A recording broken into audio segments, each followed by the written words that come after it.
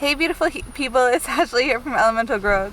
So I'm just doing a little bit of shopping, obviously not bringing Finn into the store. Really what we do is one of us stays with Finn and Wally and the other one goes in. That way we can hit up the hardware store for supplies. We're in the middle of building a shed, as well as like tons of gardening, and want to see if we can get taps instead of making taps.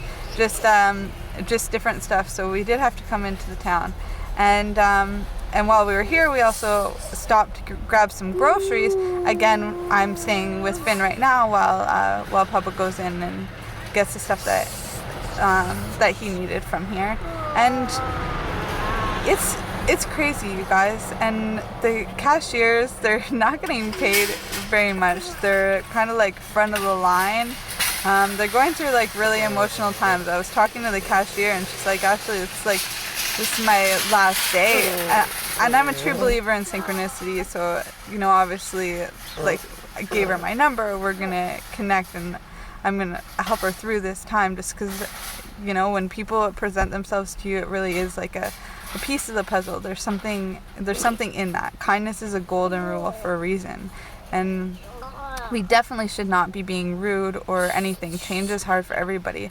And these guys, they need to go in all the time. They're also, when they're paranoid of this virus, then bringing all of that home. Any emotional stress that was put on them by their employers or by the customers coming in, that gets put on them too. And then they have to bring that home to their families. And it's really...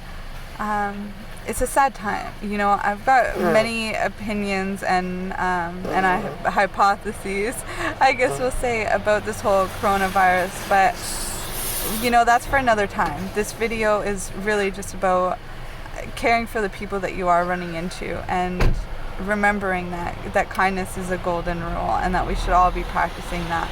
We're all people. It doesn't matter what job, profession, anything. We need to be kind, we need to love, and we need to be there for each other, especially in a world where we're so disconnected. The internet is great. It's like a collective consciousness, but we still need human touch. Babies cannot live without human touch, so we need to make sure that we're able to do that for each other and in another way. Maybe that is emotionally, just at this time, or through communication, or something else, or many love languages. And so just figure out how it is that you can brighten somebody's day, laugh, smile, just talk to them, emotionally hold a place for them, even if you can't hold their hand. I love you guys, and I'll talk to you soon.